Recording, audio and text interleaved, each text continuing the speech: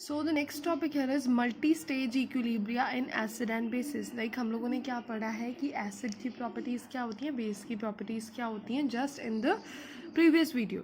अब multi stage का मतलब क्या है कि काफ़ी सारे ऐसे एसिड्स होते हैं जिनकी कैपेबिलिटी होती है कि वो एक से ज़्यादा हाइड्रोजन्स को आयनाइज कर सकते हैं। दैट मीन्स कि उनकी एबिलिटी होती है कि वो एक से ज़्यादा प्रोटॉन्स को डोनेट कर सकते हैं। ठीक है, ऐसे एसिड्स को हम लोग क्या बोलते हैं, पॉलीबेसिक या फिर पॉलीप्रोटिक एसिड्स।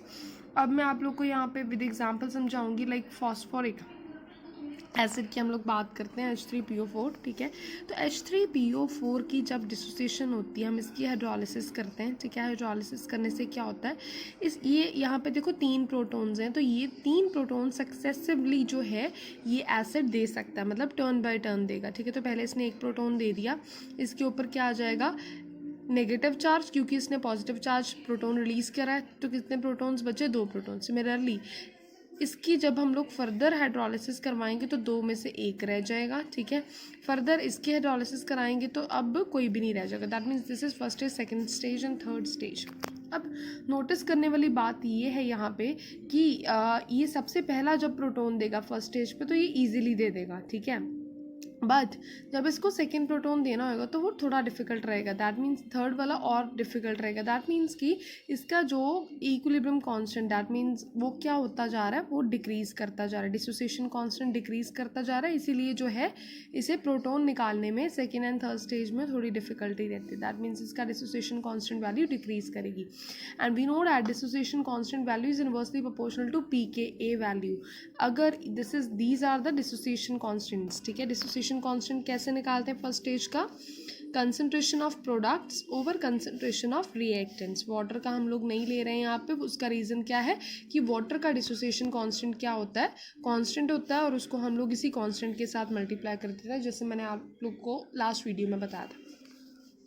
इसका डिसोसिएशन कांस्टेंट की होती है वैल्यू, ये होती है पीके वैल्यू की। Similarly second stage concentration of products over concentration of reactant, ये होती है डिसोसिएशन कांस्टेंट। सिमिलरली थर्ड, तो आप लोग देख सकते हो कि डिसोसिएशन वैल्यू जो है वो डिक्रीज करती जा रही है, बट पीके वैल्यू इंक्रीज करती जा रही है, क्योंकि ये दोनों आपस में इनवर्सली प्रोपोर्शनल होती है। डिसोसिएशन कांस्टेंट बढ़ने का मतलब क्या है कि थर्ड स्टेज में जो प्रोटॉन है वो बहुत डिफिकल्टी से निकलेगा as compare to first and second stage. Okay fine, so ये था मल्टी स्टेज इक्विलिब्रिया, जो कि एसिड सिमिलरली बेसिस में भी एग्जिस्ट करता है। लाइक मल्टी स्टेज में जो है वो एसिड प्रोटॉन कैसे दे सकता है। सिमिलरली नेक्स्ट एग्जांपल के साथ उसने समझाया, या फिर अच्छा, अगर आप लोगों को मैं बोलूँ कि ओवरऑल रिएक्शन क्या है, ओवरऑल रिएक्शन ये है कि अगर मैं ये वाले सारे स्टेप्स ना लिखूँ तो ओवरऑल रिएक्टेंट ये है और प्रोडक्ट ये है मेरे पास आ जाएगा, अगर मैं ये सारे स्टेप्स स्किप करना चाहूँ, क्योंकि प्रोटॉन तो तीनों ही निकल रहे हैं ना, चाहे वो मल्टी स्टेज में निकल रहे हैं, बट एट द एंड तो तीनों प्रोटॉन्स निकल ही रहे हैं। ठीक है, तो अगर मेरे को यहाँ पे ओवरऑल डिसोसिएशन कांस्टेंट चाहिए रिएक्शन का, तो मैं तीनों के डिसोसिएशन कांस्टेंट की वैल्यूज़ को क्या कर दूंगी, आपस में मल्टीप्लाई कर दूंगी। K1 K2 K3 जो मेरे पास ये वाली वैल्यूज़ आई हैं, इनको मल्टीप्लाई करके मेरे पास जो है वो ओवरऑल डिसोसिएशन कांस्टेंट निकल आएगा। ओके, सिमिलरली नेक्स्ट उसने एक और एग्जांपल H2S की एग्जांपल ली हुई है। ठीक है, H2S में भी 2 प्रोटॉन्स हैं, तो ये फर्स्ट प्रोटॉन जब निकलेगा तो एस नेगेटिव एच बन जाएगा। ठीक है, एक प्रोटॉन यहाँ पे चला गया। इसका डिसोसिएशन कांस्टेंट आप लोगों ने कैसे निकालना है, प्रोडक्ट ओवर रिएक्टेंट, इसकी वैल्यू आती है। सिमिलरली सेकंड की वैल्यू निकालनी है, सेकंड की वैल्यू आती है, तो डिसोसिएशन कांस्टेंट वैल्यू डिक्रीज कर गई, क्योंकि हमेशा जो फर्स्ट प्रोटॉन निकलना है वो फर्स्ट स्टेप से इजीली निकल जाएगा, फिर उसके बाद जो है प्रोटॉन निकालना थोड़ा डिफिकल्ट हो जाता है। ठीक है, सिमिलरली जो है इसने यहाँ पे कार्बोनिक एसिड के साथ भी इसकी एग्जांपल दे रखी है।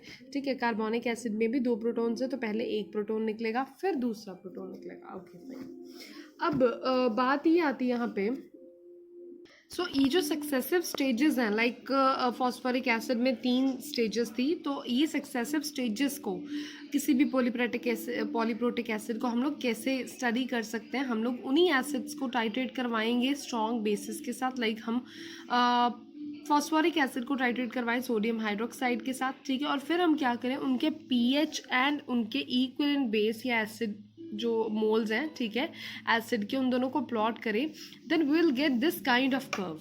ये कर्व जो है इसमें इन्फ्लेक्शंस होती हैं, ये वाली इन्फ्लेक्शंस जिसमें थोड़ा चेंज आता है, ठीक है। अब वो चेंज क्यों आता है, ये जितने ज़्यादा यहाँ पे इन्फ्लेक्शंस आएंगी ना, वहाँ से हमें स्टेजेस पता चल जाएंगी बेसिकली कि हाँ कितनी स्टेजेस इसमें हैं एसिड में, ठीक है। लाइक मैंने सोडियम हाइड्रोक्साइड के साथ जब फॉस्फोरिक एसिड की टाइट्रेशन करवाई तो I will get these 2 inflections. Third inflection I नहीं। अब थर्ड इन्फ्लेक्शन ना आने का रीज़न क्या है कि ये जो थर्ड स्टेज है ये बहुत ज़्यादा वीक है, इसीलिए ऐसी वीक स्टेजेस को हम लोग इस ग्राफ से आइडेंटिफाई नहीं कर सकते। बट हाँ स्ट्रॉन्ग लाइक फर्स्ट होगी स्टेज, सेकंड स्टेज होगी, उनकी इन्फ्लेक्शंस हमें यहाँ पे बड़े आराम से नज़र आ जाएंगी। Okay, so this is all about this multi-stage equilibrium and acid bases. Next is hydrolysis of salts. Salts कैसे बनती हैं, जब acid and base का mixture हम लोग आपस में react करवाते हैं, we'll get acid salt, ठीक है। अब salt की hydrolysis हमारा टॉपिक यहाँ पे ये, ठीक है। तो इसमें क्या आएगा, देखो जो स्ट्रॉन्ग इलेक्ट्रोलाइट्स होते हैं, फॉर एग्जांपल सॉल्ट्स क्या होती हैं, सॉल्ट्स होती हैं स्ट्रॉन्ग इलेक्ट्रोलाइट्स। स्ट्रॉन्ग इलेक्ट्रोलाइट मतलब जिनकी डिसोसिएशन आराम से हो जाएगी, है ना। जब कोई भी लाइक सॉल्ट, फॉर एग्जांपल यहाँ पे कॉमन एग्जांपल मैं देना चाहती हूँ, सोडियम क्लोराइड आप वाटर में शेक करते हो, ठीक है। तो वो जो सॉल्ट है वो एज अ इलेक्ट्रोलाइट एक्ट कर रही है, वो बड़े आराम से पानी में डिजॉल्व हो जाती है, ठीक है, एक्वस सोल्यूशन में। बट क्योंकि उनकी सॉलिबिलिटी काफ़ी ज़्यादा होती है, बट ऐसी बहुत सारी सॉल्ट्स हैं जो कि स्ट्रॉन्ग इलेक्ट्रोलाइट तो होती हैं बट उनकी सॉलिबिलिटी कम होती है, बट स्टिल हम उनको स्ट्रॉन्ग इलेक्ट्रोलाइट ही बोलते हैं। लाइक सिल्वर क्लोराइड हो गया, बेरियम सल्फेट हो गया, ठीक है, इनको भी स्ट्रॉन्ग इलेक्ट्रोलाइट्स बोलेंगे। क्यों, क्योंकि जितना भी अमाउंट आप इस सॉल्ट का डालते हो पानी में वो फुली आयनाइज हो जाता है। आयनाइज, देखो इलेक्ट्रोलाइट का मतलब होता है आयनाइजेशन तक सिर्फ, ठीक है। सॉलिबिलिटी होती है कि वो वाटर के H positive and OH negative के साथ कंबाइन करके हाइड्रेशन करती है कि नहीं।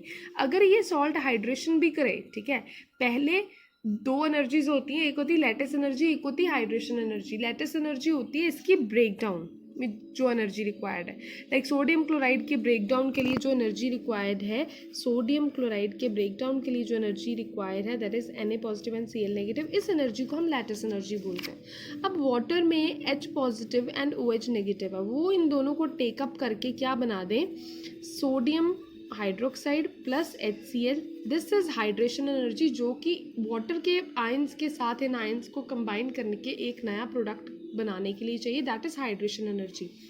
अब सोडियम क्लोराइड भी स्ट्रॉन्ग इलेक्ट्रोलाइट है, सिल्वर क्लोराइड भी स्ट्रॉन्ग इलेक्ट्रोलाइट है, बट सोडियम क्लोराइड की सॉलिबिलिटी वाटर में ज़्यादा होती है, सिल्वर क्लोराइड की कम होती है। उसका रीज़न क्या है, दोनों इलेक्ट्रोलाइट से मतलब डिसोसिएशन तो दोनों की प्रॉपर होनी है, Ag positive Cl negative, but जो वाटर के आयंस हैं वो इनके साथ इजीली रिएक्ट नहीं करते, इसलिए वो सॉल्युबल नहीं होता इतना। और इनके आयंस, जो वाटर के आयंस जो हैं, इन आयंस के साथ इजीली इनको टेकअप करके हाइड्रेशन कर लेते हैं, इसलिए इसकी जो सॉल्युबिलिटी है वो वाटर में ज़्यादा। ओके, सो हाइड्रोलिसिस हम कैसे, अच्छा अब न्यूट्रलाइजेशन क्या होती है, जब आयंस आपस में कंबाइन करके एक इलेक्ट्रोलाइट बना ले, ठीक है। तो हाइड्रोलिसिस क्या होगी, इंटरेक्शन अनाइंस एंड कीटाइंस का, सॉल्ट के कीटाइन एंड एनाइन का with H positive and OH negative, जो कि वाटर की फर्निशिंग से आए हमारे पास, ठीक है। दिस इज हाइड्रोलिसिस, कि जब जो कीटाइन एंड एनाइन है इलेक्ट्रोलाइट से जो हमें मिला है वो वाटर के H positive and OH negative के साथ कंबाइन करके, दैट इज हाइड्रोलिसिस। अब हमारे पास यहाँ पे डिफरेंट टाइप ऑफ सॉल्ट्स होती हैं, हम लोग उनको पढ़ेंगे। We have 4 types of salts. First आती है सॉल्ट्स जिनमें स्ट्रॉन्ग एसिड, देखो सॉल्ट कैसे बनती है, एसिड एंड बेस से, जैसे कि मैंने अभी भी बताया। Suppose we have a combination of strong acid and strong base. Strong acid and strong base का जो सॉल्ट होएगा हमने यहाँ पे ये पढ़ना है। अच्छा, strong acid strong base, like sodium chloride ले लें, ठीक है, KCl ले लें, KNO3 ले लें।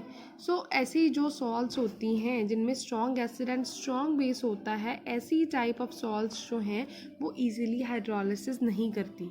रीज़न क्या होता है कि जो पॉसिबल प्रोडक्ट्स बनने हाइड्रोलिसिस के बाद वो भी स्ट्रॉन्ग इलेक्ट्रोलाइट्स हैं, तो अगर वो भी स्ट्रॉन्ग इलेक्ट्रोलाइट्स होंगे तो वो तो फिर से डिसोसिएट कर जाएंगे ना।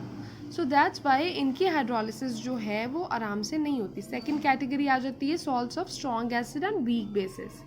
एग्जाम्पल यहाँ पे गिवन है, एग्जाम्पल हम लोग यहाँ पे ले रहे हैं दिस अमोनियम क्लोराइड की, ठीक है। अब जैसे ही अमोनियम क्लोराइड को आपने एक्वस सोल्यूशन में डाला, it will ionize into potassium sorry this ammonium positive and chloride negative. अब वाटर की हाइड्रोलिसिस के बाद जो OH नेगेटिव आयंस हैं वो इसके साथ कंबाइन कर जाएंगे, ठीक है, and we will get this ammonium hydroxide. अब ये अमोनियम हाइड्रोक्साइड आगे पुअरली आयनाइज, दैट मीन्स कि this is stable product, okay fine. So अब OH नेगेटिव तो ये टेकअप कर रहा है। अब सोल्यूशन में बच रहे H पॉजिटिव आयंस जो कि वाटर से आ रहे हैं, तो इन H पॉजिटिव आयंस की वजह से ही ये जो सोल्यूशन होएगा अमोनियम हाइड्रोक्साइड का वो क्या होएगा, स्लाइट एसिडिक, ओके। अब इनकी डिसोसिएशन देखते थे। दिस इज अमोनियम क्लोराइड जो कि हमारी सॉल्ट थी इनिशियली, ठीक है, हाइड्रोलिसिस करवाई तो इसका OH नेगेटिव इसके साथ अमोनियम हाइड्रोक्साइड बन गया, ये बन गए साइड प्रोडक्ट्स। अगर जो अनहाइड्रोलाइज्ड अमोनियम है, ठीक है, वो मैं लूँ अमोनिया, उसकी हाइड्रोलिसिस करवाऊँ तो again we will get this ammonium, जो इसमें से OH नेगेटिव निकलेगा वो इसके साथ कंबाइन कर जाएगा, NH पॉजिटिव अलग। That means this is free base and this is free acid. अब मैं इस इक्वेशन का अगर इक्विलिब्रियम कांस्टेंट निकालूं, ठीक है, तो मेरे पास क्या आएगा, reactant of products over concentration of reactant, concentration of product over reactant, ये क्या आएगा, free base, free acid, unhydrolysed salt. अच्छा, अमोनियम हाइड्रोक्साइड ये बेस है, इसकी डिसोसिएशन ये होएगी, वाटर है इसकी डिसोसिएशन ये होएगी। अब बेस का डिसोसिएशन कांस्टेंट निकालना है तो प्रोडक्ट ओवर रिएक्टेंट, वाटर का निकालना है KW, तो product over reactant, reactant water है वो इसके साथ मल्टीप्लाई हो जाता है, इसीलिए वो मैंने नहीं लिखा। अब मैं दोनों इक्वेशंस को डिवाइड कर दूँ, OH कट जाएगा, आई विल गेट दिस। अब ये क्या है, basically dissociation constant of hydrolysis, okay. इसकी वैल्यू निकालूँ तो क्या आएगा, KW/KB। दैट मीन्स कि यहाँ से मुझे क्या चीज़ क्लियर हो रही है कि जितना वीक बेस होएगा उतनी ज़्यादा क्या होगी हाइड्रोलिसिस कांस्टेंट की वैल्यू, क्योंकि ये दोनों क्या है, इनवर्सली प्रोपोर्शनल। तो जितना आप वीक बेस लेते हो दैट मीन्स उतनी ही KH की वैल्यू क्या होती है, ज़्यादा। डिग्री ऑफ हाइड्रोलिसिस क्या होती है, ज़्यादा। डिग्री ऑफ हाइड्रोलिसिस निकालने का एक और तरीका है, लाइक ये था आपके पास, इसकी कंसनट्रेशन C थी, इनकी इनिशियली 0 थी, ठीक है। अब इसकी हम लोग मान लेते हैं कि X मोल्स, इसकी कंसनट्रेशन हो गई C और मोल्स हो गए XX जो कि डिसोसिएशन के बाद आए। X तो आ गए, अब इसमें कितने बचे, 1 - X ही बचे ऑब्वियसली, क्योंकि X तो डिसोसिएट हो गए, है ना। तो KH कैसे निकालना होता है, हमने प्रोडक्ट KX CX और रिएक्टेंट C1 - X, CX² हो जाएगा, C² X² था, ठीक है, यहाँ पे कंफ्यूज नहीं होना, एक स्टेप मिसिंग है। C² X² था, नीचे C1 - X, तो ये एक C के साथ कट गया, will get CX² 1 divided by 1 - X। अब X अगर बहुत स्मॉल है, ठीक है, एज कम्पेयर टू यूनिटी, तो हम लोग X को निगलेक्ट कर दें, यहाँ पे will get KH = CX²।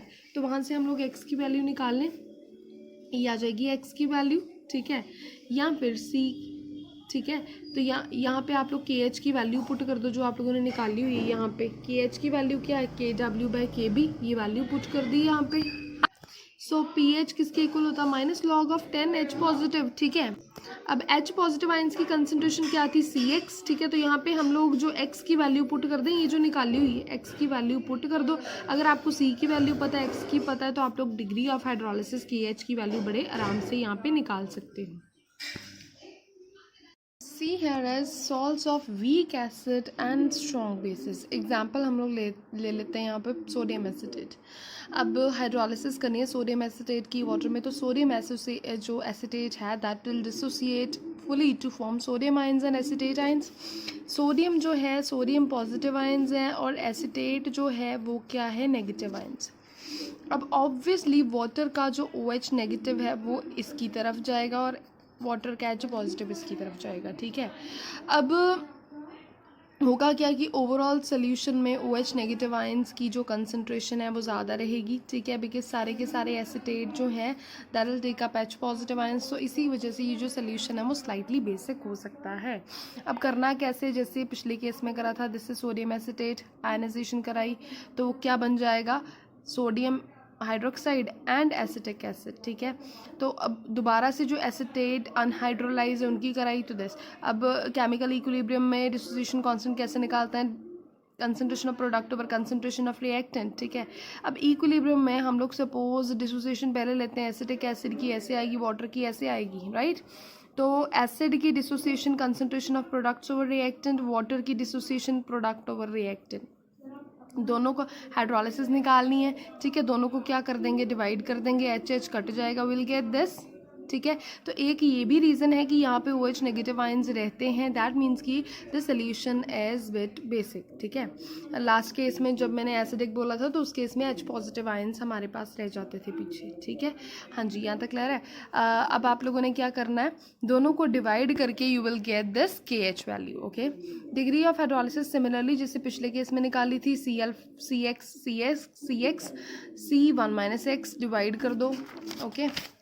Divide करने के बाद x की वैल्यू निकाल लो, x की वैल्यू, अब OH नेगेटिव आयंस की कंसंट्रेशन CX थी, C तो ऐसे आ जाएगा, x की वैल्यू पुट कर दो, ठीक है। x की वैल्यू पुट करने से H पॉजिटिव की कैसे निकालोगे, this divided by OH negative ions, ठीक है। ये तो ऐसे आ जाएगा, OH की वैल्यू पुट कर दो यहाँ पे, ठीक है। फिर आप लोग क्या करोगे, KH की वैल्यू क्या होती है, KW/KA, that we know that, ठीक है। अब क्या होगा बेसिकली, ये जो KW है, ठीक है, इसकी जो रीअरेंजमेंट कर दोगे you will get this equation, PH क्या होता है, -log 10 of H positive ions. H positive ions की कंसंट्रेशन हमने अभी निकाल ली, इसकी वैल्यू यहाँ पे पुट कर दो, ठीक है। ये क्या आ जाएगा, PKW + PKA + log C, ठीक है। जब इसको खोलोगे तो अगर आपके पास ये सारी वैल्यूज है, you can easily find out this pH।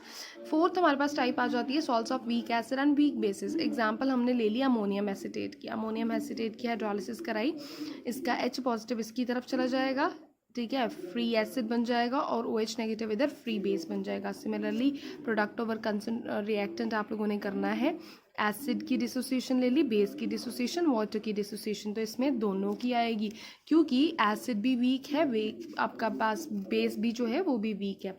KA की वैल्यू मतलब एसिड का dissociation constant, KB is base का dissociation constant, KW is water का डिसोसिएशन कांस्टेंट। इस बार आप लोग क्या करोगे, बेसिकली आप लोग क्या करते थे, KA को KW के साथ या KB को KW के साथ, इस बारी दोनों है तो पहले KA KB को मल्टीप्लाई करेंगे नीचे, फिर KW के साथ डिवाइड कर देंगे, ओके।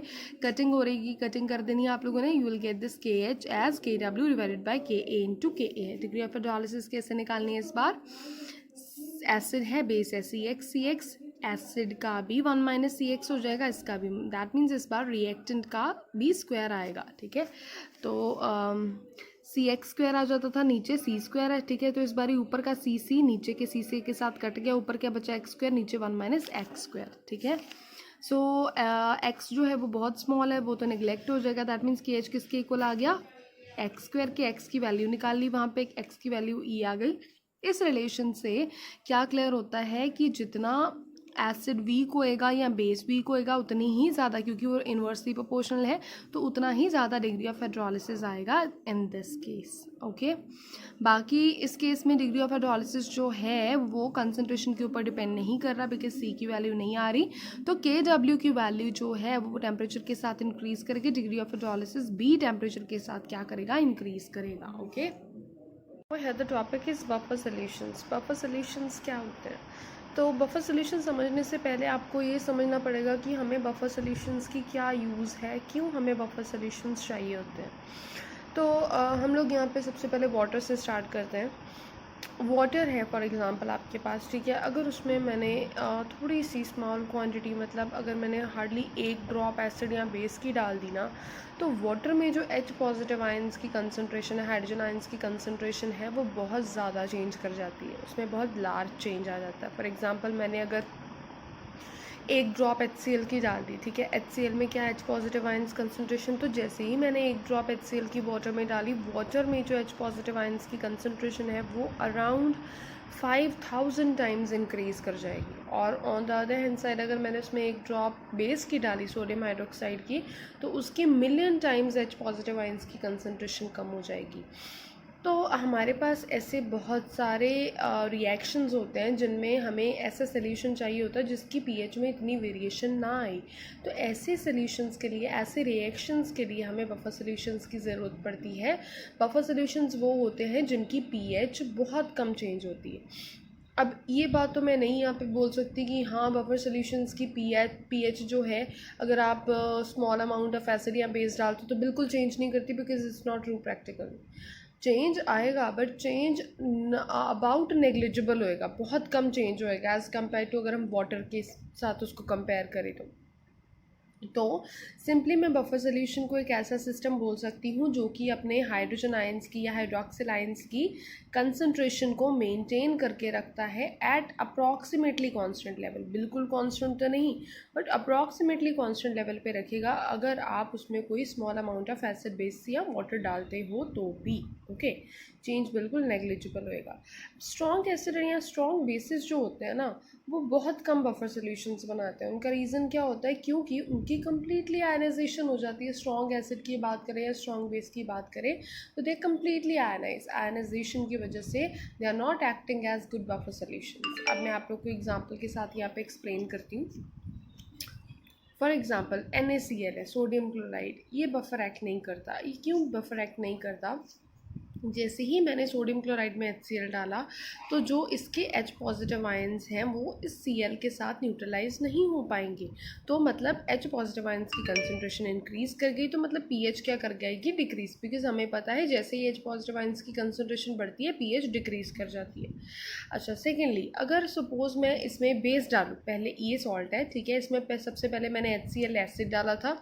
एसिड ऐड करने से इसकी कंसंट्रेशन H पॉजिटिव आयंस की बहुत बढ़ गई, मतलब pH सोल्यूशन की बहुत ज़्यादा डिक्रीज़ कर गई। ठीक है, सेकेंडली जब मैंने इसमें सोडियम हाइड्रोक्साइड बेस डाला तो उस केस में क्या होएगा, इसके जो OH नेगेटिव आयंस है वो भी न्यूट्रलाइज नहीं हो पाएंगे Cl नेगेटिव से। तो उस केस में भी जो H पॉजिटिव आयंस की कंसंट्रेशन है वो क्या कर जाएगी, अब इसमें डिक्रीज़ कर जाएगी, pH इंक्रीज कर जाएगी। तो मतलब ये बफर NaCl बफर नहीं एक्ट कर सकता, बिकॉज एसिड डालने से इसकी pH डिक्रीज कर रही है और बेस डालने से इसकी pH इंक्रीज कर रही है।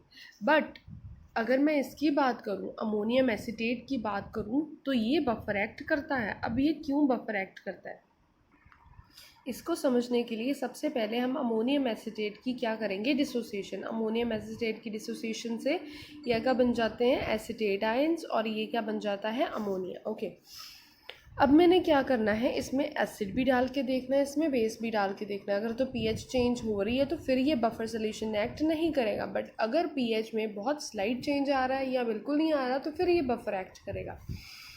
सबसे पहले मैं इसमें एसिड डाल रही हूँ, दैट इज़ HCl। जैसे ही मैंने HCl इसमें डाला, होगा क्या, इसके जो H पॉजिटिव आयंस हैं वो इसके साथ कंबाइन कर जाएंगे एसीटेट के साथ, and we will get acetic acid. यही आ जाएगा हमारे पास। एसीटेट में जब एसिड के H पॉजिटिव आयंस चले गए, अब ये बन गया एसिटिक एसिड। आप सबको पता है that acetic acid is a weak acid, जो कि अगर वीक एसिड है तो मतलब इसकी आयनाइजेशन बहुत कम होगी।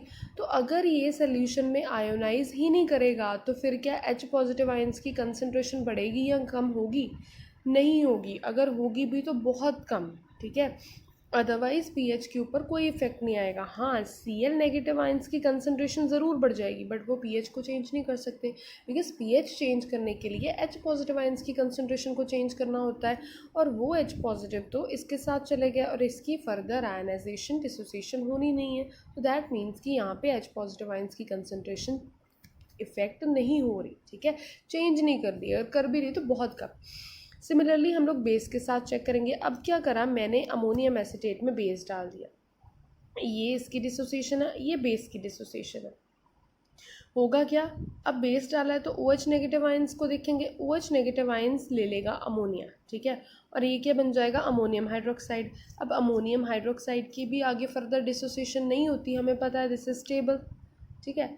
अब अगर इसकी डिसोसिएशन भी नहीं होएगी तो दैट मीन्स कि अगेन यहाँ पे जो है वो pH में इंक्रीज थोड़ा बहुत हो सकता आए, क्योंकि H पॉजिटिव आयंस की कंसंट्रेशन इसकी वजह से थोड़ी सी कम होगी बट वो बहुत ज़्यादा नहीं होगी। तो pH भी इंक्रीज तो करेगी बट नेग्लिजिबल इंक्रीज, ठीक है।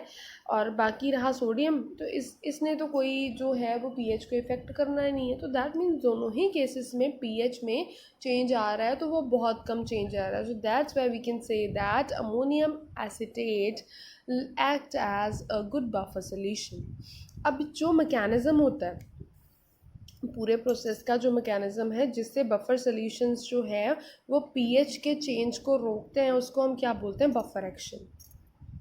आते हैं बफर की टाइप्स। बफर बेसिकली दो टाइप्स का होता है, acidic buffers and basic buffers.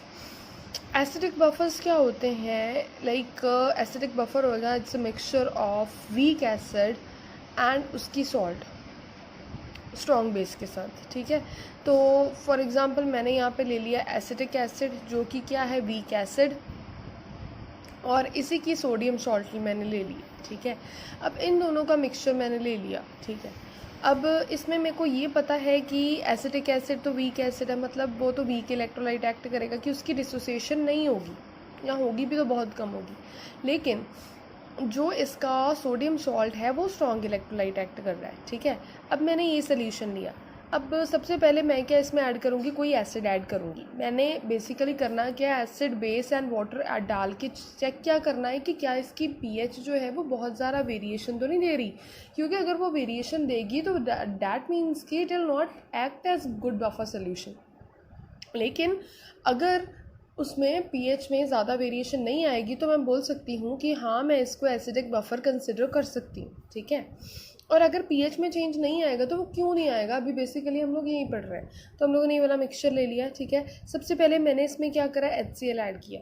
अब HCl जो ऐड किया, ये तो वीक इलेक्ट्रोलाइट है, मतलब ये तो डिसोसिएट नहीं करेगा, बट ये तो डिसोसिएट करेगा ना। ये डिसोसिएट कैसे करेगा, एसीटेट एंड सोडियम पॉजिटिव, ठीक है। अब HCl जो डाला है, H पॉजिटिव आयंस इसके साथ कंबाइन कर जाएंगे एसिटेट के साथ और एसिटिक एसिड बना देंगे। अब एसिटिक एसिड बन गया, क्या ये फर्दर न्यूट्रलाइज या ये फर्दर डिसोसिएट हो सकता है? ये नहीं होगा, क्योंकि दिस इज़ वीक एसिड। तो दैट मीन्स कि कोई भी एसिड ऐड करने से तो इसकी पीएच में ज़्यादा वेरिएशन नहीं आएगी, क्योंकि H पॉजिटिव आयंस की कंसनट्रेशन ना ज़्यादा इंक्रीज़ करेगी ना डिक्रीज़ करेगी, ओके। सिमिलरली अब मैंने बेस डाल दिया NaOH। NaOH जैसे ही मैंने डाला, ठीक है, होगा क्या बेसिकली, अब इसकी जो डिसोसिएशन हो रही होगी, ठीक है, क्या करेंगे, इसके ये जो OH नेगेटिव आयंस हैं वो हाइड्रोजन जो कि बफर में से आया है, ठीक है, इधर से जो हाइड्रोजन आया उसके साथ कंबाइन करके वाटर बना लेंगे। अब ली-चार्टरल प्रिंसिपल के अकॉर्डिंग क्या होगा कि ये जो ऊपर वाली रिएक्शन है ये क्या करेगी, ये एसिटिक एसिड की डिसोसिएशन करेगी और H पॉजिटिव आयंस की कंसनट्रेशन को रिस्टोर कर लेगी। दैट मीन्स कि वहाँ से भी हम लोग बोल सकते हैं कि H पॉजिटिव आयंस की कंसनट्रेशन में ज़्यादा फर्क नहीं आ रहा है। अगर H पॉजिटिव आयंस की कंसनट्रेशन में वेरिएशन नहीं आ रही तो मतलब pH में भी वेरिएशन नहीं आ रही। अब मैं इसको चेक करूँगी by the addition of water. For example मैंने इस मिक्सचर में वाटर डाल दिया, वाटर डाला, ठीक है। वाटर की डिसोसिएशन, वाटर हमें पता वीक इलेक्ट्रोलाइट होता है, तो वाटर की डिसोसिएशन होगी भी तो बहुत कम होगी H positive and OH negative में, ठीक है। अब ये मेरा बफर था स्ट्रॉन्ग इलेक्ट्रोलाइट, इसकी डिसोसिएशन हो गई ऐसे। अब वाटर का H इसके साथ कंबाइन करके फिर से क्या बना देगा, acetic acid, and we know that acetic acid is a weak acid. So that means ये फर्दर आगे डिसोसिएट ही नहीं करेगा। अगर ये डिसोसिएट ही नहीं करेगा तो H पॉजिटिव आयंस की कंसनट्रेशन जो है वो pH को इफेक्ट नहीं कर पाएगी। तो मैं ओवरऑल क्या कह सकती हूँ, that this can act as a acidic buffer.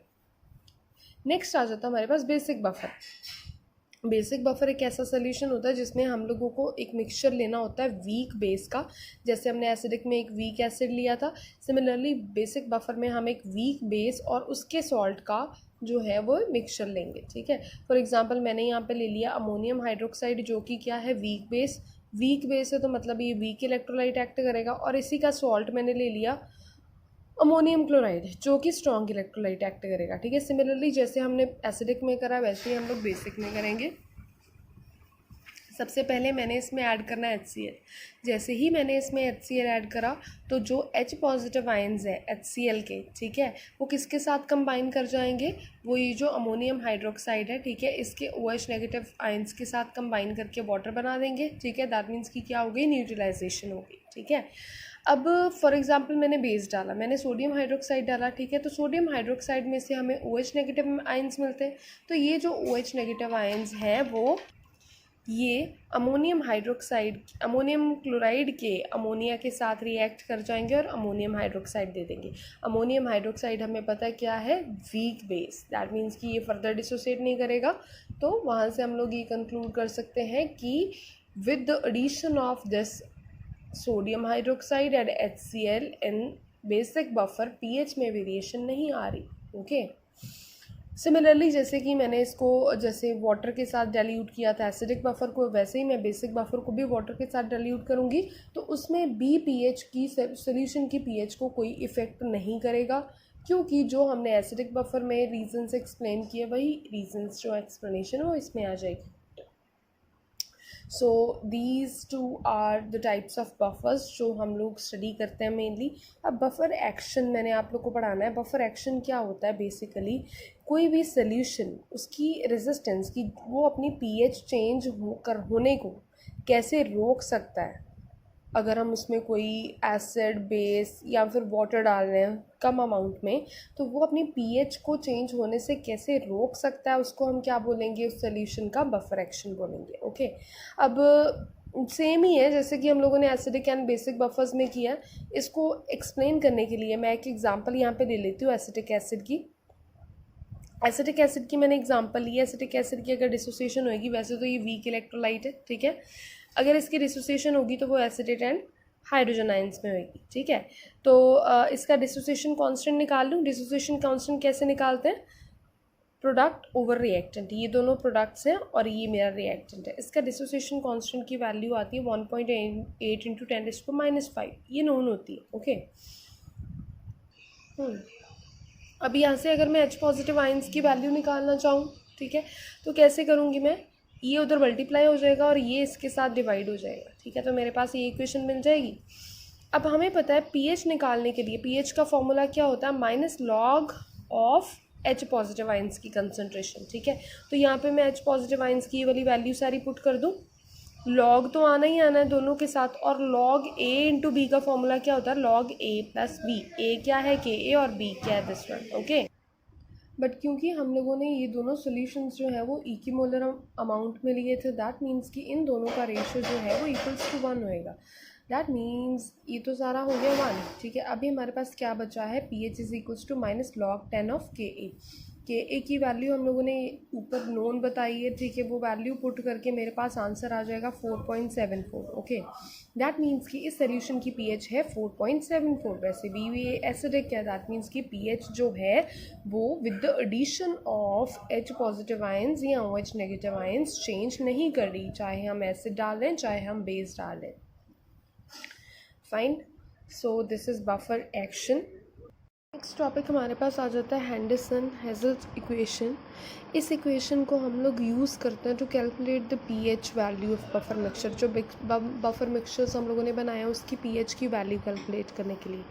तो सबसे पहले मैं आपको वैल्यू कैलकुलेट करना सिखाऊंगी एसिडिक बफर के लिए. एसिडिक बफर में हम लोग क्या दो मिक्सचर्स लेते हैं. एक लेते हैं वीक एसिड और उसका जो है वो सॉल्ट लेते हैं वीक एसिड का, ठीक है. तो वीक एसिड जो है वो हमने फॉर एग्जांपल HA ले लिया, ठीक है. एसिटिक एसिड है तो कंफ्यूज नहीं होना.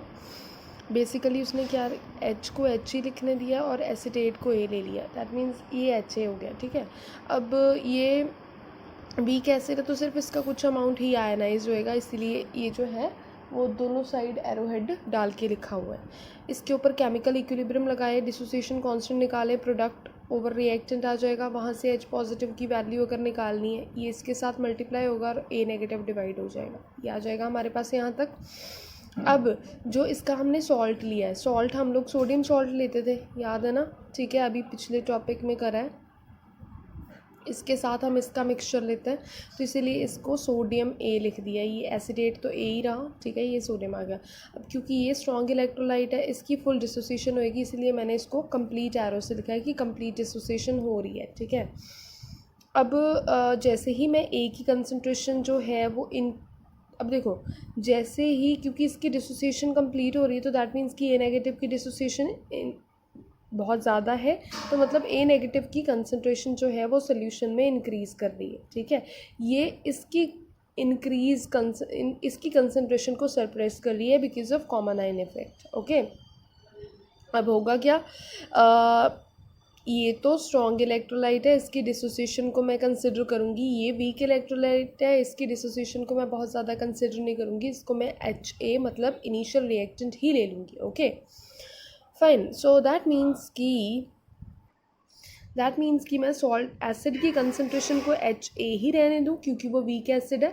सॉल्ट की कंसनट्रेशन को मैं A नेगेटिव ले सकती हूँ because that is completely ionised और उसने A नेगेटिव की कंसनट्रेशन को इंक्रीज़ कर दिया हुआ ऑलरेडी. ओके, अब मैंने वैल्यू निकालनी है H पॉजिटिव की. ठीक है, तो यहाँ पे मैं लॉग ले लूँ दोनों तरफ, इधर भी लॉग आ जाएगा इधर भी लॉग आ जाएगा.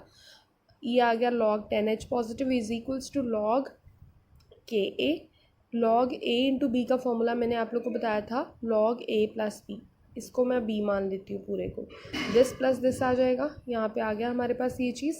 ओके, दोनों तरफ माइनस साइन इंट्रोड्यूस कर दूँ, इधर भी आ जाएगा इधर भी आ जाएगा और यहाँ पे भी आ जाएगा. ठीक है, ओके फाइन. इसको मैं pH लिख दूँ. pH ही तो मैंने निकालनी बिकॉज pH क्या होती है, log 10 base with H positive ion concentration. This is pH and this is pH of Ka value, मतलब pKa value. Okay, minus this, ये क्या ऊपर वाला, ये था एसिड और A नेगेटिव क्या है, सॉल्ट. दैट मीन्स कि यहाँ से हमारे पास ये आ जाती है हैंडरसन-हेल्स इक्वेशन, जिसमें अगर आपको सॉल्ट की कंसनट्रेशन पता है, एसिड की कंसनट्रेशन पता है, Ka की वैल्यू तो फिक्स्ड होती है, तो you can easily calculate the pH of buffer solution. Similarly basic buffer के लिए हम लोग यहाँ पे एसिडिक के लिए एसिड लेते थे, यहाँ पे हमने बेस लेना है, वीक बेस है. ठीक है, उसकी डिसोसिएशन होएगी बट कम होएगी, इसीलिए मैंने इक्विलिब्रियम वाला साइन डाला है. सिमिलरली Kb की वैल्यू निकालनी है आपने डिसोसिएशन कांस्टेंट की, प्रोडक्ट ओवर रिएक्टेंट आ जाएगी. यहाँ से OH नेगेटिव, क्योंकि बफर में हम लोग यहाँ पे एसिडिक बफर में H पॉजिटिव आयन की कंसनट्रेशन निकालनी थी, बेसिक में OH की निकालनी. OH की वैल्यू निकाल ली, ये उधर जाके डिवाइड हो गया, ये मल्टीप्लाई हो गया. ओके, फिर क्या करना, दोनों तरफ लॉग लेना है, जैसे पिछले केस में करा था. लॉग लिया, माइनस साइन इंट्रोड्यूस किया. ठीक है, माइनस साइन इंट्रोड्यूस करने के बाद क्या आ गया, this is log 10 power OH negative ions की concentration, pH of OH negative, ये pKb आ जाएगा क्योंकि अब बेसिक बफर है इसीलिए pKb प्लस ये क्या है, सॉल्ट और ये क्या है, बेस. तो सिमिलरली यहाँ से अगर आपको सॉल्ट एंड बेस की कंसनट्रेशन पता है, Kb की वैल्यू फिक्स्ड होएगी, तो you can easily calculate the pH of this basic buffer. Okay, so these are the formulae which you can use.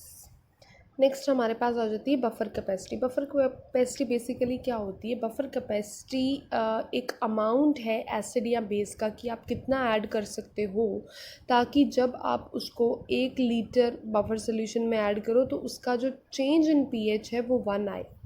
That means change in pH क्या रहे, unity रहे. तो बफर कैपेसिटी का ये formula होता है कि कितने नंबर ऑफ मोल्स एसिड या बेस के आप ऐड कर सकते हो डिवाइडेड बाई pH में कितना चेंज आया, वो तो 1 ही आएगा. बेस के लिए ये फार्मूला, एसिड के लिए ये फार्मूला. बफर कैपेसिटी हमेशा पॉजिटिव रहती है, हालांकि जब आप बेस ऐड करते हो तो यू नोड ऐड की pH तो इंक्रीज़ करती है. ठीक है, क्योंकि H पॉजिटिव आइंस की कंसनट्रेशन बेस ऐड करने से डिक्रीज़ करती है, pH इंक्रीज़ करती है तो पॉजिटिव ही आएगा. एसिड के केस में हालांकि जब H पॉजिटिव आइंस की कंसनट्रेशन बढ़ती है तो pH जो है वो डिक्रीज़ कर जाती है, नीचे वाले के साइन नेगेटिव साथ जो है नेगेटिव साइन आ जाता है, बट ओवरऑल इसकी वैल्यू जो है वो पॉजिटिव में ही आती है. ओके, नेक्स्ट आ जाता है बफर रेंज. बफर रेंज क्या होती है, ये pH की वो रेंज होती है जिसके ऊपर बफर सोल्यूशन सबसे ज़्यादा इफ़ेक्टिव होता है. ठीक है, नॉर्मली अगर हम वीक एसिड की बात करें, वीक एसिड का आपको बफर प्रिपेयर करना है तो उसकी pH हम लोग जो है वो ऐसा एसिड उठाएंगे जिसकी pH की वैल्यू pKa +1 से लेके -1 तक होएगी, बिकॉज इसी वैल्यू में जो बफर है वो सबसे ज़्यादा इफ़ेक्टिव होगा, वो सबसे ज़्यादा इफ़ेक्टिवली वर्क करेगा. नेक्स्ट आ जाती हैं बफर की एप्लीकेशन. तो बफर की सबसे इम्पॉर्टेंट एप्लीकेशन आती है बायोलॉजिकल सिस्टम में, हमारा ह्यूमन ब्लड में pH होती है 7.35 to 7.45. तो you can easily see that it is slightly above 7, that is neutral. मतलब ये एसिडिक तो नहीं है, इट इज़ स्लाइटली बेसिक. हालांकि हम लोग कितनी सारी एसिडिक चीज़ें खाते हैं, ठीक है, सारी चीज़ें तकरीबन जो हम खाते हैं उनमें थोड़ा थोड़ा एसिड कंटेंट होता है, बट फिर भी जो ब्लड की pH है वो चेंज नहीं करती with addition of acid. Blood की pH रिमेन्ड यही रहती है. दैट मीन्स कि blood can act as a good buffer. Second इसकी एप्लीकेशन इंडस्ट्रियल लेवल में है, तो बहुत सारी इंडस्ट्रियल चीज़ें बनाने में लाइक पेंट्स, ड्रग्स, इंक्स, ये सब बनाने में भी बफर सॉल्यूशंस यूज़फुल हैं। एग्रीकल्चर पर्पसेस के लिए लाइक जो क्रॉप्स की ग्रोइंग के लिए ऑयल्स चाहिए होते हैं वो भी बफर सॉल्यूशन ही होते हैं, जिनकी पीएच जो है वो चेंज ना करे, बिकॉज अगर पीएच वेरी कर गई तो फिर जो है वो क्रॉप की फर्टिलिटी को हार्म कर सकती है। तो द नेक्स्ट टॉपिक है theory of acid base indicators. So सबसे पहले आपको यहाँ पे ये पता होना चाहिए that what indicator is. So acid base indicators जो है वो ऐसे सब्सटेंसेस होते हैं जो अपना कलर चेंज करते हैं जैसे ही आपने उनको किसी सोल्यूशन में डाला।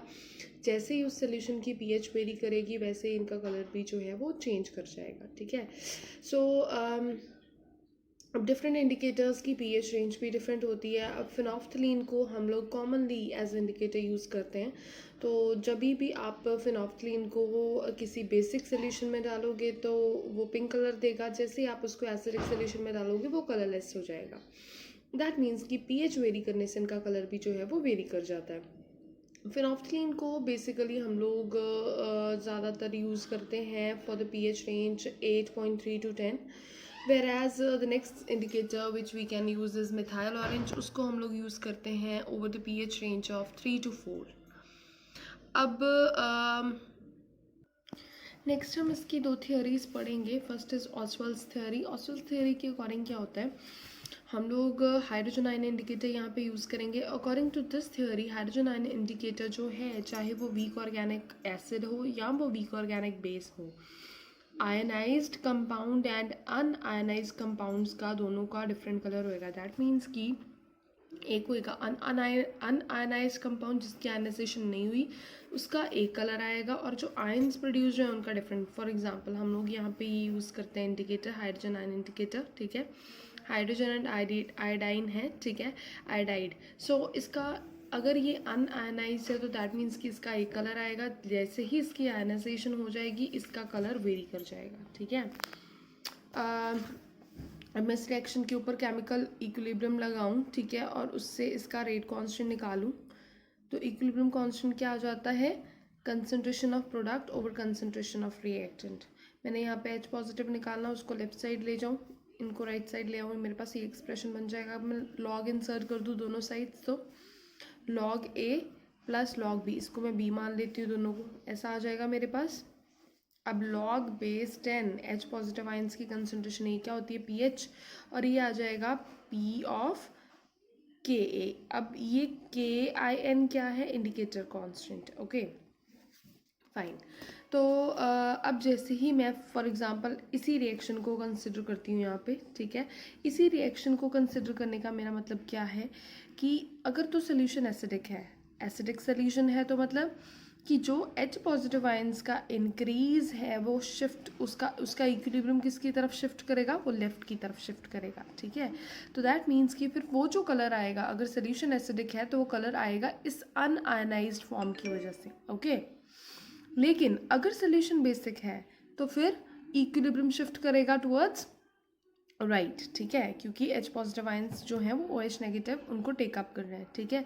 तो दैट मीन्स कि बेसिक सोल्यूशन में जो कलर आएगा वो आएगा इसकी वजह से।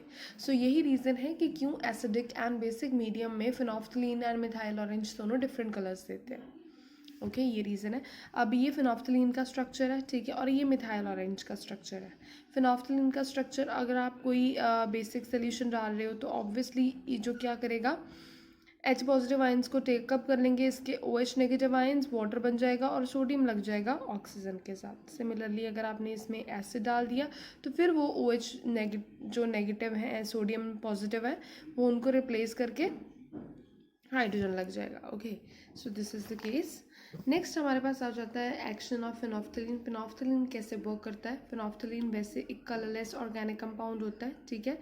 इसको आप वाटर में डिसॉल्व करोगे, ठीक है, तो वो डिसोसिएट कर जाता है slightly to form H positive ions जो कि होते हैं colourless, and pH negative phenolphthalein का नेगेटिव पार्ट, ये सारा ये फिनॉफ्थलीन है, इसमें H पॉजिटिव आयनाइज हो जाएंगे और ऑक्सीजन के ऊपर नेगेटिव चार्ज आ जाएगा, ठीक है। उसको हम लोग एब्रीवेट कर जाते हैं pH नेगेटिव से, जिसका कलर होता है पिंक। H पॉजिटिव कलरलेस होते हैं और pH नेगेटिव होते हैं पिंक, ओके। अब इंडिकेटर जो है सबसे पहले क्या होता है इसमें, सबसे पहले इंडिकेटर में टॉटोमेरिज्म होती है, फिर डिसोसिएशन होती है, ठीक है। अब अनडिसोसिएटेड फॉर्म में ये कलरलेस होता है, जिसकी मैं बता चुकी हूँ ऑलरेडी। बट जैसे इसकी डिसोसिएशन हो जाती है तो पीएच नेगेटिव की वजह से इसमें पिंक कलर आ जाता है। अनडिसोसिएटेड फॉर्म में कलरलेस है, डिसोसिएटेड फॉर्म में पिंक कलर है। ओके तो ये बेसिकली उसी चीज़ का रीज़न है जो कि मैंने आप लोगों को बताई थी कि अगर सोल्यूशन एसिडिक है, एसिडिक सोल्यूशन में आप फिनोफ्थलीन डालते हो तो वो कलरलेस रहता है, ठीक है। लेकिन आप बेसिक सोल्यूशन में डालते हो तो वो पिंक हो जाता है। वो क्यों हो जाता है, दोबारा से उसका रीज़न बताने लगी हूँ। अगर आपका सोल्यूशन एसिडिक है, ठीक है, तो जैसे ही आपने जो फॉर एग्जाम्पल आप लोग HCl डालते हो तो ऑब्वियसली सोल्यूशन एसिडिक होएगा, ठीक है। तो उसमें क्या होएगा, अगर सोल्यूशन एसिडिक है तो जो H पॉजिटिव आयंस का इंक्रीज है वो डिसोसिएशन को क्या कर देगा, सरप्रेस कर देगा, ठीक है। तो डिसोसिएशन फिर होगी नहीं, तो दैट मीन्स कि इक्विलिब्रियम शिफ्ट करेगा टुवर्ड्स लेफ्ट। तो लेफ्ट की तरफ कौन सा कलर है, colourless. So this is the reason कि क्यों आप एसिडिक सोल्यूशन में जब फिनोफ्थलीन डालते हो तो सोल्यूशन का जो कलर है वो कलरलेस ही रहता है, ठीक है। केस 2 आ जाता है अगर हमारे पास बेसिक सोल्यूशन है, ठीक है। लाइक बेसिक हमने कैसे बनाया, सोडियम हाइड्रोक्साइड डाल दिया। तो जैसे ही आप लोग सोल्यूशन को बेसिक बनाते हो तो दैट मीन्स कि वो जो डिक्रीज हो जाता है H पॉजिटिव आयंस, क्योंकि OH नेगेटिव ने H पॉजिटिव आयंस को टेकअप कर लिया, तो फिर H पॉजिटिव आयंस की कंसंट्रेशन में क्या आ जाता है, डिक्रीज आ जाता है। और वो डिक्रीज जो है वो इक्विलिब्रियम को शिफ्ट कर देता है टुवर्ड्स राइट, राइट की तरफ पिंक कलर है। सो दैट्स वाई फिनोफ्थलीन जब आप बेसिक सोल्यूशन में डालते हो तो it will give you pink colour, okay. अब फिनोफ्थलीन जो है आप सारे टाइट्रेशंस के लिए यूज़ नहीं कर सकते। It's not suitable for titrating a strong acid against weak base. क्यों नहीं होता ऐसा, बिकॉज हमें पता है वीक बेस जो होता है उसके हाइड्रोक्सिल आयंस, ठीक है, वीएन को क्या कर देता है, फर्निश कर देता है, ठीक है। और फिर क्या होता है, तो हमारे पास जो है वो बहुत कम वीक बेस के कंटेंट बचते हैं जो कि इक्विलिब्रियम को शिफ्ट कर दे टुवर्ड्स राइट। तो अगर वो नहीं शिफ्ट करेंगे तो पीएच 8.3 से ऊपर चली जाएगी। अगर पीएच उससे ऊपर चली गई तो फिर तो फिनोफ्थलीन अपना पिंक कलर देगा ही नहीं, तो आपको एंड पॉइंट नहीं पता चलेगा, ओके। नेक्स्ट हमारे पास आ जाता है मिथाइल ऑरेंज। मिथाइल ऑरेंज का क्या एक्शन रहता है, दिस इज मिथाइल ऑरेंज, ठीक है। इसकी डिसोसिएशन होती है into methyl positive and hydroxyl negative, okay. अब अगर सोल्यूशन एसिडिक है क्या होगा, उसमें हाइड्रोजन आयंस जो हैं वो एसिड क्या कर देगा, उनको फर्निश कर देगा, ठीक है। और कंबाइन कर जाएगा OH नेगेटिव आयंस के साथ, ठीक है। वो क्या फिर बनाएंगे, undissociated water molecules. That means कि OH नेगेटिव आयंस की कंसंट्रेशन में जो डिक्रीज आ रहा है वो इक्विलिब्रियम को शिफ्ट कर देगा टुवर्ड्स राइट। सो राइट की तरफ कौन सा कलर है, पिंक। सो इसीलिए मिथाइल ऑरेंज के केस में एसिडिक सोल्यूशन में पिंक कलर आता है एंड बेसिक सोल्यूशंस में क्या रहता है, वो ऑरेंज, ठीक है। अब देखो अगर सोल्यूशन फॉर एग्जांपल बेसिक है, ठीक है, तो OH नेगेटिव आयंस की कंसंट्रेशन इंक्रीज कर रही है सोल्यूशन में ऑब्वियसली। और वो जो इंक्रीज कर रही है कंसंट्रेशन OH नेगेटिव आयंस की, वो क्या कर देगी, डिसोसिएशन को सरप्रेस कर देगी। डिसोसिएशन होगी नहीं तो इक्विलिब्रियम जो है वो लेफ्ट की तरफ शिफ्ट कर जाएगा। और जो सोल्यूशन का कलर है वो किसकी वजह से होएगा, अनडिसोसिएटेड फॉर्म की वजह से, ठीक है। और सो इसीलिए जो मिथाइल ऑरेंज है वो रेड या ऑरेंज कलर का होता है इन एसिडिक सोल्यूशन और acidic solution. And basic solution में it will give yellow colour, yellow और ऑरेंज। मिथाइल ऑरेंज भी जो है it's not suitable for all the titrations, like for titrating a weak acid with strong base. अब ऐसा क्यों नहीं होता, because weak acid acidic acid ले रहे हैं हम, ठीक है। तो जैसे एसिडिक एसिड वीक एसिड है तो दैट मीन्स कि उसमें H पॉजिटिव आयंस की कंसंट्रेशन फर्निश हो जाएगी, ठीक है। और बहुत H पॉजिटिव आयंस की कंसंट्रेशन बहुत कम बचेगी जो कि कंबाइन कर सकती है OH नेगेटिव आयंस के साथ, है ना। तो अगर बहुत कम H पॉजिटिव OH नेगेटिव के साथ कंबाइन करेंगे तो they are not able to shift the equilibrium in favour of pink colour. So that means कि एंड पॉइंट अगेन आप लोगों को नहीं मिलेगी। सो नेक्स्ट थ्योरी हमारे पास ये वाली आ जाए, दिस इज क्यूनॉइड थ्योरी। क्यूनॉइड थ्योरी के अकॉर्डिंग इसकी कुछ पॉस्टुलेट्स हैं। पहला पॉस्टुलेट इसका क्या कहता है, अकॉर्डिंग टू दिस थ्योरी, कि एसिड बेस इंडिकेटर्स जो हैं वो एरोमेटिक मॉलिक्यूल्स होते हैं जो कि दो टॉटोमेरिक फॉर्म्स में इक्विलिब्रियम में एग्जिस्ट करते हैं। पहली फॉर्म को बेंजोनॉइड बोलते हैं, दूसरी को क्यूनॉइड बोलते हैं, ठीक है, क्यूनॉइड बोलते हैं। अब ये इस फॉर्म में कैसे कन्वर्ट होएगी, obviously by the delocalisation of electrons, electrons यहाँ से यहाँ मूव करेंगे, फिर ये जो इसके इलेक्ट्रॉन्स होंगे ये का फर्दर आगे ऐसे बॉन्ड बना देंगे, ठीक है। और ये वाले जो इलेक्ट्रॉन्स हैं ये कहाँ शिफ्ट कर जाएंगे, ये यहाँ शिफ्ट कर गए, ठीक है। सिमिलरली ऐसे जो है वो इलेक्ट्रॉन्स की मूवमेंट हो गई, ये फॉर्म बन जाती है। उसके अकॉर्डिंग नेक्स्ट पॉस्टुलेट के अकॉर्डिंग वो बोलता है कि एक फॉर्म जो है वो एसिडिक मीडियम में ज़्यादा स्टेबल होती है और दूसरी फॉर्म बेसिक मीडियम में ज़्यादा स्टेबल होती है, और दोनों ही फॉर्म्स का जो है वो कलर डिफरेंट होता है, ठीक है। तो अगर आप मीडियम चेंज करते हो तो ऑब्वियसली कलर भी जो है वो क्या कर जाएगा, चेंज कर जाएगा, ठीक है। So this is all about this कि कैसे आप लोग मीडियम चेंज करके पीएच की वेरिएशन को नोट कर सकते हो। देन उसने एक फॉर्मूला बताया हुआ है जो हम लोगों ने ऑलरेडी पीछे निकाल लिया था कि इस फॉर्मूले से आप लोग जो है वो डिफरेंट इंडिकेटर्स के साथ पीएच कैलकुलेट कर सकते हो, ठीक है। सो सबसे पहले आपको क्या करना है, आपको यूनिवर्सल इंडिकेटर को यूज़ करके सोल्यूशन की पीएच निकाल लेनी है, ठीक है। देन यूनिवर्सल इंडिकेटर यूज़ करके आप लोगों ने एक बेस्ट इंडिकेटर चूज़ कर लिया, फिर वो जो सेलेक्टेड इंडिकेटर होएगा ना उसको आपने सोल्यूशन में डाल देना, उसका एक सर्टेन अमाउंट, ठीक है, और उसकी पीएच नोट कर लेनी है। अब जो कलर प्रोड्यूस हुआ, ठीक है, उसको हमने कंपेयर करना है। हमारे पास नंबर ऑफ सोल्यूशंस होते हैं विद डिफरेंट कलर्स जिनकी हमें पीएच नोन होती है, ठीक है।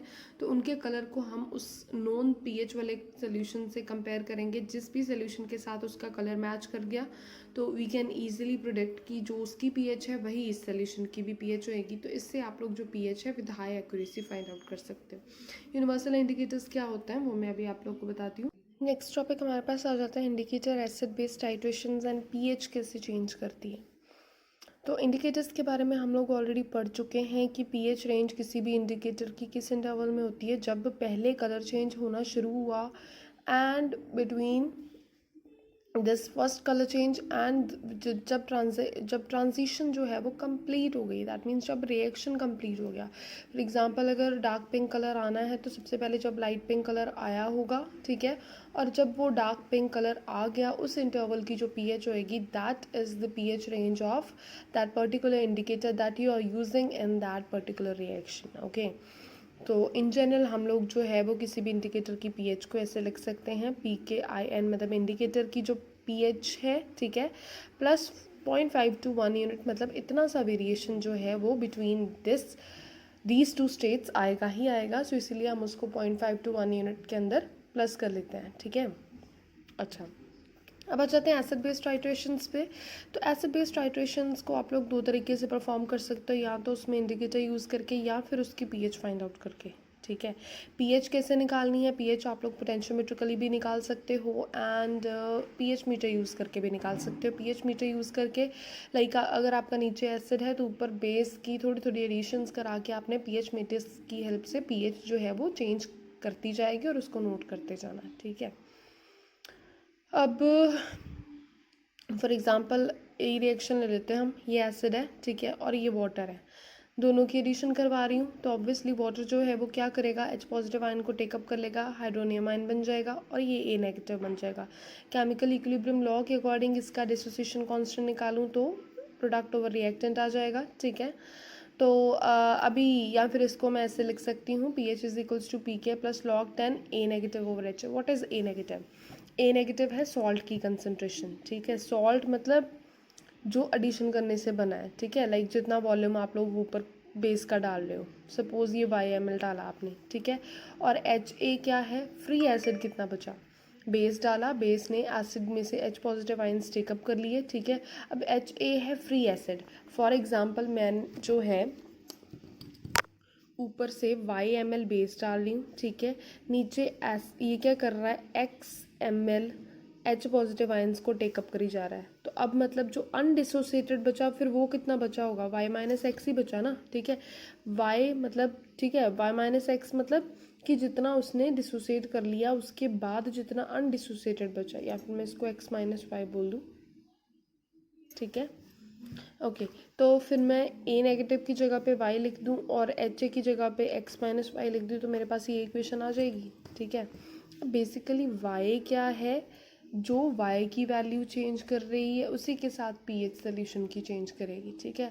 अब हमने ये चेंज कैसे निकालना है, हम लोगों ने उस चेंज को वॉल्यूम के साथ प्लॉट कर देना है, ठीक है। और हमारे पास कोई एक ऐसा पॉइंट आएगा जिसके ऊपर शार्प चेंज आ रहा है पीएच का, उस पॉइंट को हम लोग इक्विवेलेंस पॉइंट या डिफरेंशियल पॉइंट भी बोलते हैं। अब मैं आपको डिफरेंट काइंड ऑफ टाइट्रेशंस के साथ इसको समझाऊंगी। सबसे पहले हम लोग ले रहे हैं टाइट्रेशन स्ट्रॉन्ग एसिड और स्ट्रॉन्ग बेस की।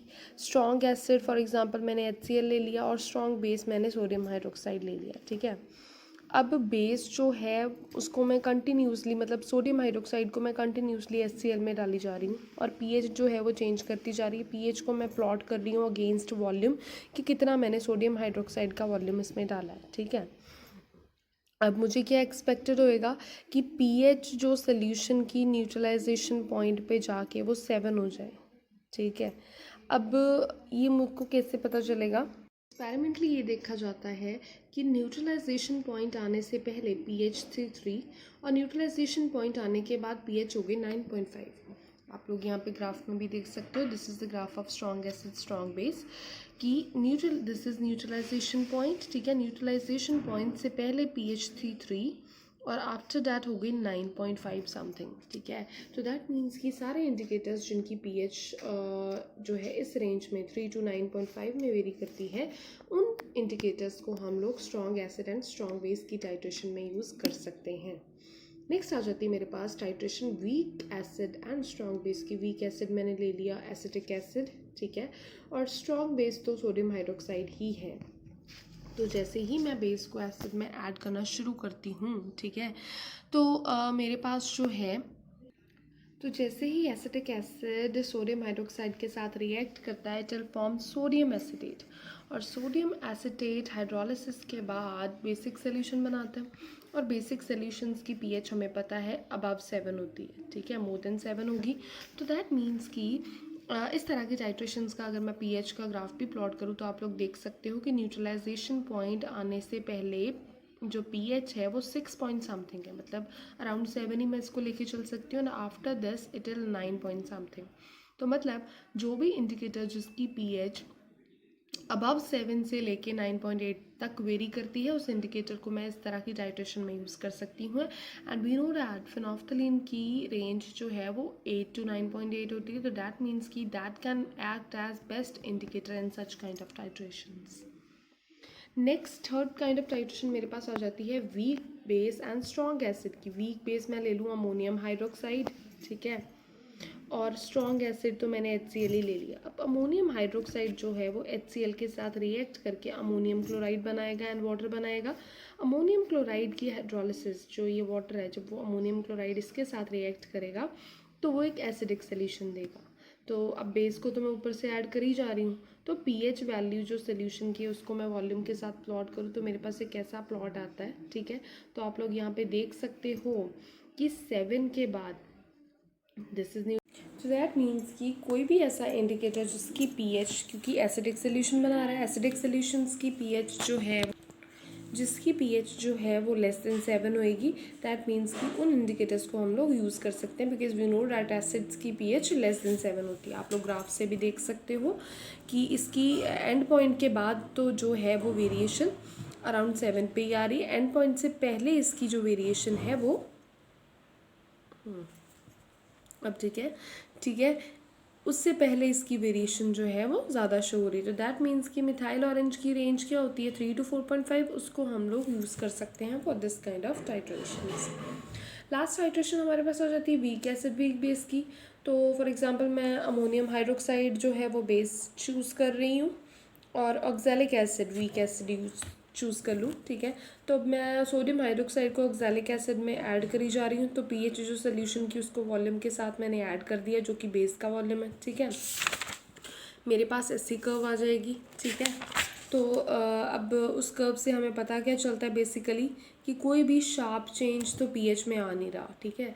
तो ऐसी टाइट्रेशंस के लिए इट्स नॉट पॉसिबल कि हम लोग कोई एक बेस्ट इंडिकेटर चूज़ करके एक एग्जैक्ट वैल्यू पीएच की निकाल लें। तो ऐसी टाइट्रेशंस के लिए हम लोग फिनोल रेड, जिसकी पीएच 6.8 to 8.4 वेरी करती है, मतलब थोड़ी सी एसिडिक में भी होती है, थोड़ी सी बेसिक में भी होती है, बिकॉज 7 से बिलो भी है, 7 से अबव भी है। तो ऐसे इंडिकेटर्स को यूज़ करके हम एक अप्रॉक्सीमेट न्यूट्रलाइजेशन पॉइंट निकाल सकते हैं। कोई शार्प तो नहीं आएगा, बट अप्रॉक्सीमेट वैल्यू निकल सकती है। नेक्स्ट टॉपिक हमारे पास आ जाता है यूनिवर्सल और मल्टीपल रेंज इंडिकेटर्स। अब ये क्या होते हैं? अब समटाइम्स ऐसा होता है कि कई टाइट्रेशंस ऐसी होती हैं जिनमें कोई भी इंडिकेटर वर्क नहीं करता, तो उस टाइम पे हम लोग क्या करते हैं, इंडिकेटर्स की आपस में मिक्सिंग कर देते हैं just to extend their considerable portion of pH range.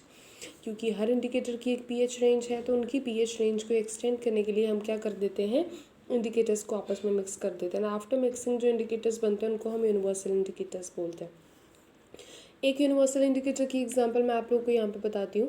Like वो कैसे बनता है, by dissolving 0.1 gram of phenolphthalein, 0.2 gram of methyl red, 0.3 gram of methyl yellow, 0.5 gram of bromothymol and 0.5 gram of thymol blue in 500 ml of absolute alcohol. उसमें हम लोग sodium hydroxide sufficient amount डाल देते हैं, तो सोल्यूशन का colour आ जाता है येलो। अब वो जो इंडिकेटर बनता है by mixing these all indicators, उसको हम यूनिवर्सल इंडिकेटर बोलते हैं। उसकी पीएच के साथ साथ कलर चेंज कैसा आता है, अगर पीएच सोल्यूशन की 2 हो तो वो रेड कलर देगा, पीएच 4 तो ऑरेंज, 6 तो येलो, 8 तो ग्रीन, 10 तो ब्लू। तो विद दिस यूनिवर्सल इंडिकेटर आप लोग किसी भी सोल्यूशन की पीएच जो है वो कैलकुलेट, अप्रॉक्सीमेट पीएच कैलकुलेट कर सकते हो। नेक्स्ट आ जाता है common ion effect. Common ion effect I guess सब लोगों ने पहले पढ़ा होगा कि लाइक जो वीक इलेक्ट्रोलाइट होते हैं वो बहुत कम अमाउंट में डिसोसिएट करते हैं, दैट वी नो डैट, ठीक है।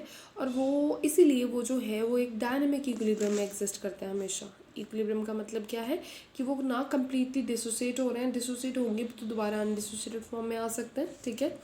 लेकिन अगर आपने एक सोल्यूशन लिया जिसमें स्ट्रॉन्ग इलेक्ट्रोलाइट है, मतलब जो कि कम्प्लीटली मिक्स कर रहा है, ठीक है, डिसॉल्व कर रहा है, सॉरी डिसोसिएट कर रहा है, अगर आपने एक ऐसा सोल्यूशन लिया जिसमें आपने एक स्ट्रॉन्ग इलेक्ट्रोलाइट और दूसरा वीक इलेक्ट्रोलाइट ले लिया और दोनों के पास आयन सेम, ठीक है, दोनों के पास एक आयन सेम होगा, तो डिग्री ऑफ डिसोसिएशन जो है वो दोनों इलेक्ट्रोलाइट्स की सरप्रेस कर जाएगी। बट डिक्रीज जो है वो ज़्यादा वीक इलेक्ट्रोलाइट के केस में ही ऑब्वियसली होएगा। फॉर एग्जांपल, मैं एग्जांपल के साथ आप लोग को बताती हूँ। मैंने अमोनियम क्लोराइड ले लिया, ठीक है, जो कि स्ट्रॉन्ग इलेक्ट्रोलाइट है, और एक मैंने ले लिया अमोनियम हाइड्रोक्साइड। एक मैंने अमोनियम क्लोराइड लिया और एक मैंने ले लिया ammonium hydroxide. Ammonium chloride is strong electrolyte and hydroxide is weak electrolyte, ठीक है। तो अब दोनों की डिसोसिएशन, फॉर एग्जांपल इसमें भी अमोनिया एंड हाइड्रोक्सिल आयंस बनेंगे, इसमें भी अमोनिया एंड क्लोराइड आयन बनेंगे। अब दोनों में केटाइन सेम है, कॉमन आयन है, अमोनिया जो है दैट इज कॉमन आयन। अब ली-चैटलर प्रिंसिपल अगर हम इसके ऊपर लगाएं तो अमोनियम क्लोराइड जो कि स्ट्रॉन्ग इलेक्ट्रोलाइट है वो तो डिसोसिएट कर जाएगा ऑलमोस्ट कम्प्लीटली, ठीक है। दैट मीन्स कि वो देगा हमारे पास high concentration of ammonia and high concentration of chloride. तो ली-चैटलर प्रिंसिपल के अकॉर्डिंग जो अमोनिया एंड हाइड्रोक्सिल आयंस हैं, इस केस में अमोनिया एंड हाइड्रोक्सिल आयंस वो आपस में कंबाइन कर जाएंगे और अमोनियम आयंस की कंसनट्रेशन को डिक्रीज़ कर देंगे, ऑब्वियसली डिक्रीज़ कर जाएगा। तो दैट मीन्स कि डिसोसिएशन ऑफ अमोनियम हाइड्रोक्साइड बिल्कुल सप्रेस्ड हो जाएगी, ओके। और ये जो सप्रेशन है degree of ionisation of weak electrolyte का by the addition of the strong electrolyte which are having common ion with a weak electrolyte, this is known as common ion effect। कि जब आपने एक week और एक strong electrolyte add करा, दोनों में एक आयन सेम है, तो ये जो स्ट्रॉन्ग इलेक्ट्रोलाइट है ये वीक इलेक्ट्रोलाइट की डिसोसिएशन को और सरप्रेस कर देता है, ठीक है, क्योंकि उसकी डिसोसिएशन को क्या कर देगा, उसकी डिसोसिएशन को ये क्या कर देगा, दबा देगा, ठीक है। तो दिस सप्रेशन को हम लोग क्या बोलते हैं, common ion effect. Fine, so this is all about this कि कॉमन आयन होने से, ठीक है, स्ट्रॉन्ग इलेक्ट्रोलाइट वीक इलेक्ट्रोलाइट की डिसोसिएशन को दबा देता है और इस चीज़ को हम कॉमन आयन इफेक्ट बोलते हैं। So with this common ion effect हमारा चैप्टर जो है वो फिनिश हो गया। Thank you so much.